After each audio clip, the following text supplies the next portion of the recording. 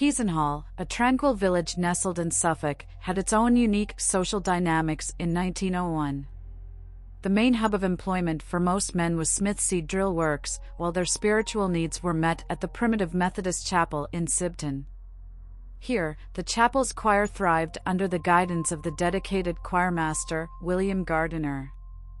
Among the choir members was 22-year-old Rose Harsent, who worked as a servant at Providence House, a residence owned by Mr. and Mrs. Crisp. Interestingly, Mrs. Crisp was an active participant in the religious community, attending the Congregational Methodist Chapel in Peasenhall, also known as the Doctor's Chapel. Rose's duties extended to cleaning this very chapel, adding another thread to the interconnectedness of the village's inhabitants. During one of Rose's cleaning sessions at the Doctor's Chapel, an unfortunate event unfolded.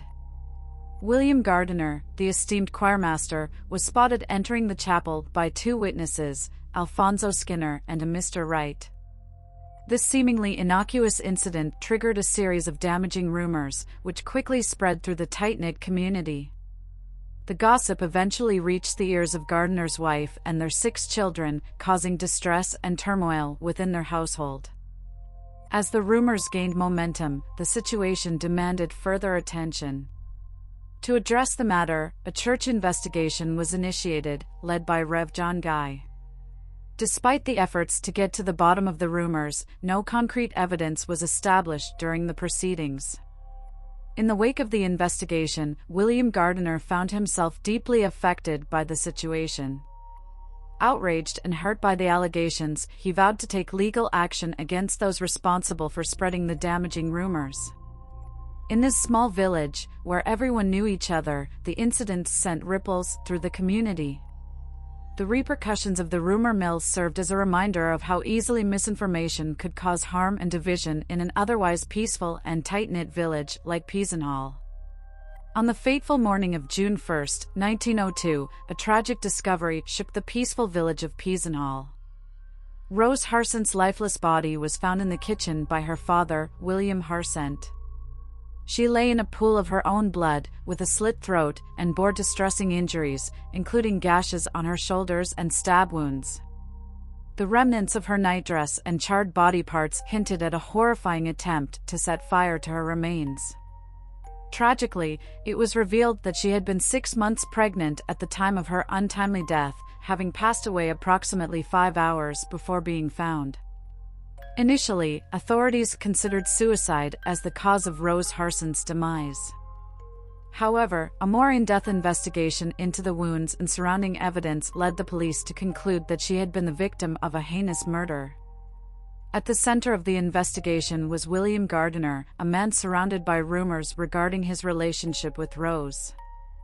As a foreman at the local seed drill works, Gardiner held a position of some importance.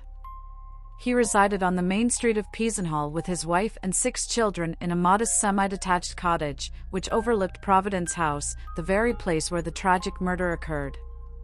Due to the allegations suggesting that Gardiner might be the father of Rose's unborn child, he became the primary suspect in the case.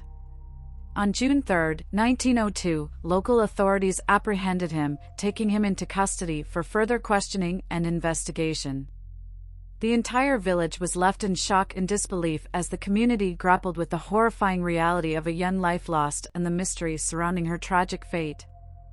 As the investigation progressed, all eyes were on the potential truth that lay hidden within the intricate web of relationships and circumstances that had entangled the lives of Rose Harsent and William Gardiner.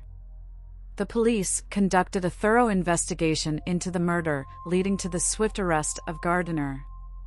Subsequently, 2 trials were held at Ipswich Assizes in the County Hall. The first trial commenced on November 7, 1902, and lasted for 3 days, overseen by Sir William Grantham. The second trial, presided over by Sir John Compton Lawrence, began on January 20, 1903. During both trials, Gardiner faced prosecution from Henry Fielding Dickens and defense by Ernest Wilde.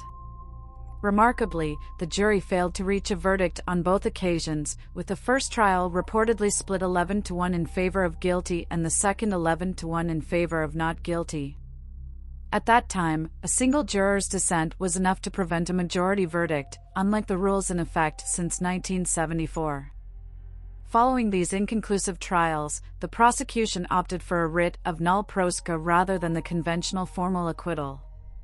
This left Gardiner in an unusual position, making him one of the rare individuals in English history to have stood trial for murder without ever receiving a verdict. Gardiner's life continued under a cloud of suspicion until his passing in 1941. Because he was neither declared innocent nor guilty, he never received a formal acquittal, leaving a lingering shadow of doubt over his reputation. Intriguingly, this puzzling case was explored in an episode of BBC One's Julian Fellowes Investigates, A Most Mysterious Murder. Julian Fellowes, in his investigation, put forth the theory that Gardiner's wife, likely driven by jealousy, could have been the perpetrator of the murder. Fellowes also speculated that the wife might have confessed had her husband been convicted, adding another layer of mystery to the already perplexing case.